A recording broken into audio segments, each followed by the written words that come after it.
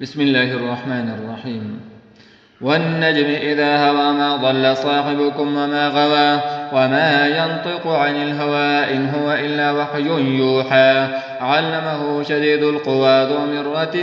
فاستوى وهو بالأفق الأعلى ثم دنا فتدلى فكان قاب قوسين أو أدنى فأوحى إلى عبده ما أوحى ما كذب الفؤاد ما رأى أفتمارونه على ما يرى ولقد رآه نزلة أخرى عند سدرة المنتهى عندها جنة المأوى إذ يغشى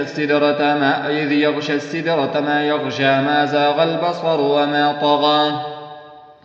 لقد رأى من آيات ربه الكبرى أفرأيتم اللات والعزى ومناة الثالثة الأخرى ألكم الذكر وله الأنثى تلك إذن قسمة ضيزى إن هي إلا أسماء سميتموها أنتم وآباؤكم ما أنزل الله بها من سلطان إن يتبعون إلا الظن وما تهوى الأنفس ولقد جاءهم من ربهم الهدى أم للإنسان ما تمنى فلله الآخرة والأولى وكم من ملك في السماوات لا تغني شفاعتهم شيئا إلا من بعد أن يأذن الله لمن يشاء ويرضى إن الذين لا يؤمنون بالآخرة ليسمون الملائكة تسمية الأنثى وما لهم به من علم إن يتبعون إلا الظن وإن الظن لا يغني من الحق شيئا فأعرض عمن تولى عن ذكرنا ولم يرد إلا الحياة الدنيا ذلك مبلغهم من العلم إن ربك هو أعلم بمن ضل عن سبيله وهو أعلم بمن اهتدى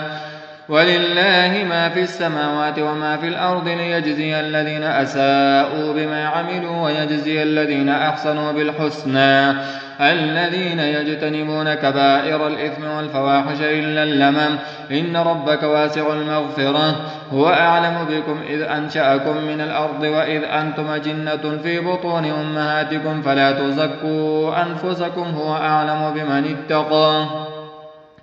أفرأيت الذي تولى وأعطى قليلا وأكدى أعنده علم الغيب فهو يرى أم لم ينبأ بما في صحف موسى وإبراهيم الذي وفى ألا تزر وازرة وزر أخرى وأن ليس للإنسان إلا ما سعى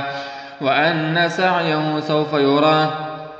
ثم يجزاه الجزاء الأوفى وأن إلى ربك المنتهى وأنه هو أضحك وأبكى وأنه هو أمات وأحيا وأنه خلق الزوجين الذكر والأنثى من نطفة إذا تمنى وأن عليه النشأة الأخرى وأنه هو أغنى وأقنى وأنه هو رب الشعرى وأنه أهلك عادا الأولى وثمود فما أبقى وقوم نوح من قبل إنهم كانوا هم أظلم وأطغى والمؤتفكة أهوى فغشاها ما غشا فبأي آلاء ربك تتمارى